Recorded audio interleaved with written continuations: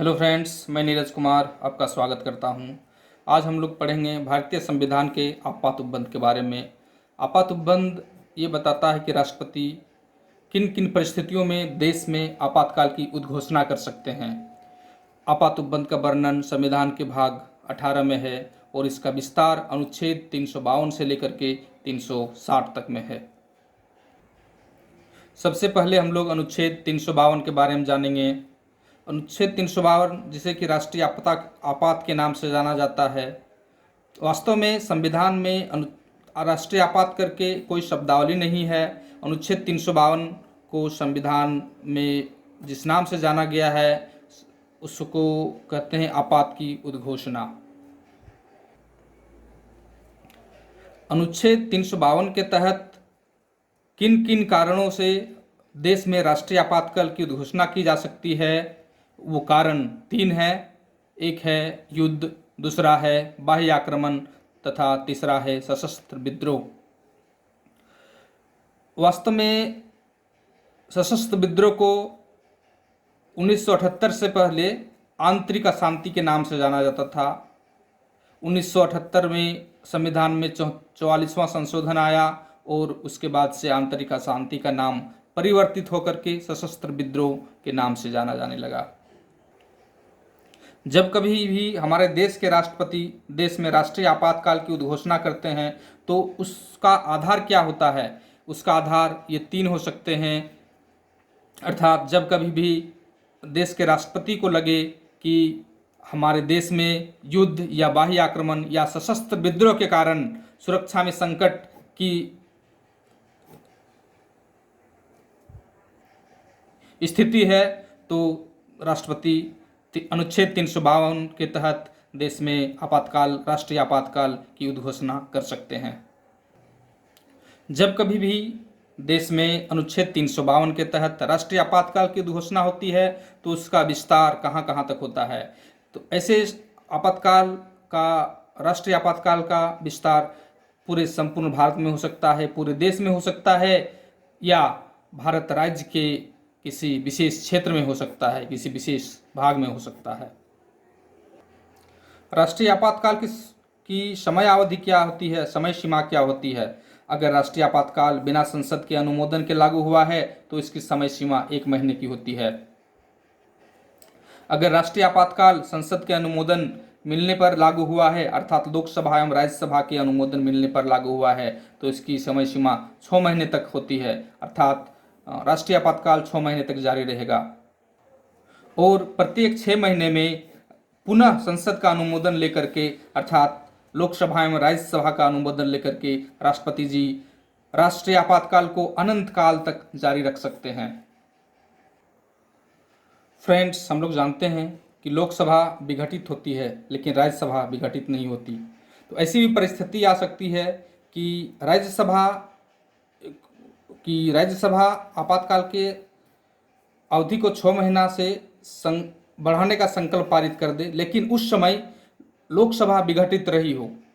तब ऐसे परिस्थिति में क्या होगा कि लोकसभा के पुनर्गठन का पहली बैठक जो होगी उसके 30 दिन तक आपातकाल जारी रहेगा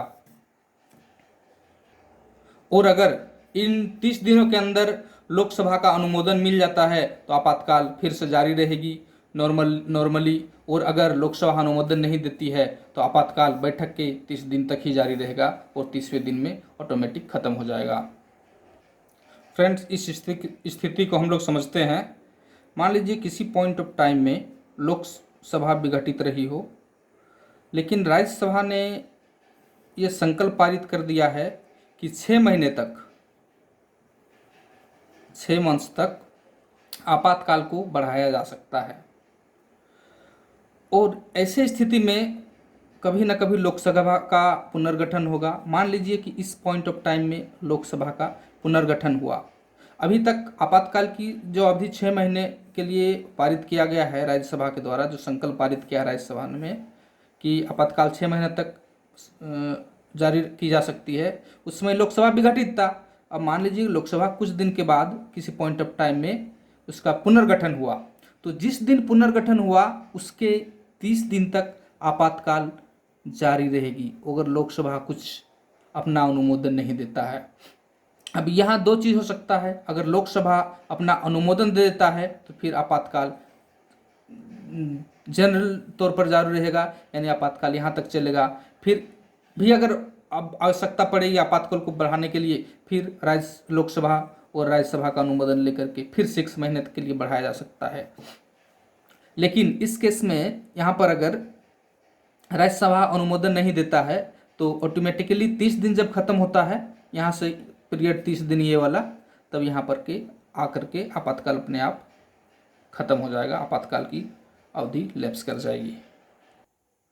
फ्रेंड्स, आपातकाल की उद्घोषणा का प्रस्ताव या इसके जारी रहने का प्रस्ताव दोनों विशेष बहुमत से पारित होना चाहिए। विशेष बहुमत का अर्थ क्या हुआ? विशेष बहुमत का अर्थ हुआ कि कम से कम 2/3 बहुमत मिलना चाहिए। फ्रेंड्स, हम लोग देख रहे थे कि आपातकाल लगाने के लिए संसद का अनुमोदन की आवश्यकता होती है, लेकिन आपातकाल को हटाने के लिए संसद के किसी अनुमोदन की आवश्यकता नहीं होती। राष्ट्रपति जब चाहे अपने मर्जी से आपातकाल को हटा सकता है।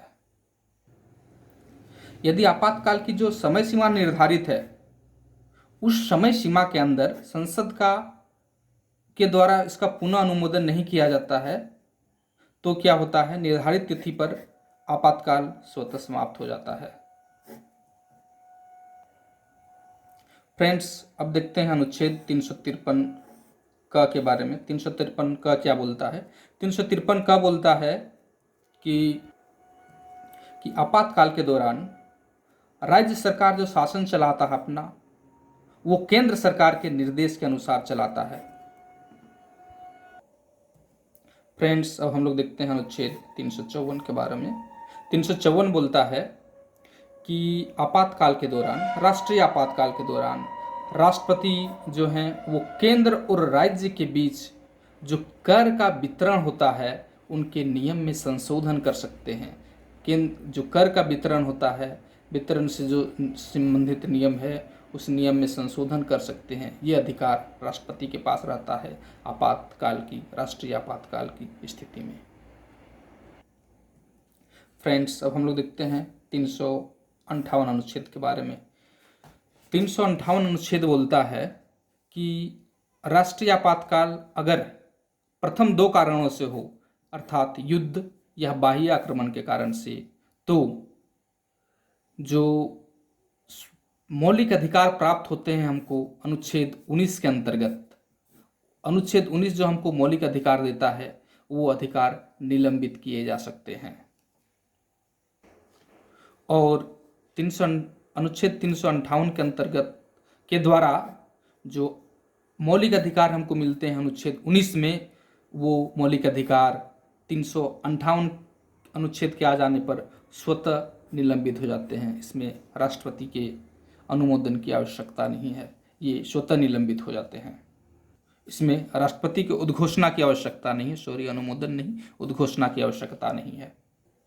तथा मूल अधिकारों का जो निलंबन है सिर्फ युद्ध और बाह्य आक्रमण की परिस्थिति में ही होता है, और मूल अधिकार का निलंबन जो होता है वो आपातकाल की संपूर्ण अवधि के लिए होता है। जितना दिन तक आपातकाल चलेगा उतना दिन तक मूल अधिकार निलंबित रहेंगे, और ये मूल अधिकार संपूर्ण देश में निलंबित रहते हैं और पूर्णतः निलंबित रहते हैं। संपूर्ण मूल अधिकार निलंबित रहेंगे, 6 के 6 संपूर्ण देश में निलंबित रहेंगे, और आपातकाल की संपूर्ण अवधि तक निलंबित रहेंगे। और ये निलंबन का कारण तभी होगा जब या तो युद्ध होगा या बाह्य आक्रमण होगा, और ये स्वतः निलंबित हो जाएंगे। इसमें राष्ट्रपति के अनुमोदन की आवश्यकता नहीं है। अनुच्छेद 358 का यही कहना है। फ्रेंड्स, अब हम लोग पढ़ेंगे अनुच्छेद 359 के बारे में। फ्रेंड्स, जिस तरह अनुच्छेद 358 में अनुच्छेद 19 के तहत प्राप्त मौलिक अधिकार निलंबित होते थे, उसी प्रकार अनुच्छेद 359 में अनुच्छेद 20 और 21 के तहत जो प्राप्त अधिकार हैं उनका निलंबन होता है। और इसका कारण हो सकता है या तो युद्ध, या तो बाह्य आक्रमण, या तो सशस्त्र विद्रोह, तीनों में से कोई भी कारण हो सकता है 300 अनुच्छेद लाने के लिए, 359 अनुच्छेद लाने के लिए। अनुच्छेद 359 के द्वारा जो अनुच्छेद 20 और 21 में अधिकार दिए गए हैं, उन मूल अधिकारों का निलंबन स्वतः नहीं होता है, राष्ट्रपति के अनुमोदन की आवश्यकता होती है। यह बाह्य या आंतरिक दोनों कारणों से हो सकता है, यानी युद्ध के कारण, बाह्य आक्रमण के कारण या सशस्त्र कारण, तीनों, सशस्त्र विद्रोह, तीनों कारणों से हो सकता है। और इसका जो अवधि होता है वो राष्ट्रपति जी निर्धारित करते हैं, यह निर्धारित अवधि के लिए होता है।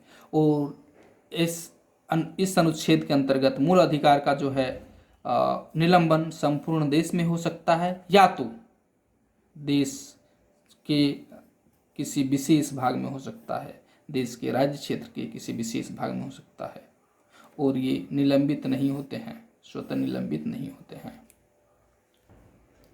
फ्रेंड्स, अब हम लोग देखेंगे कि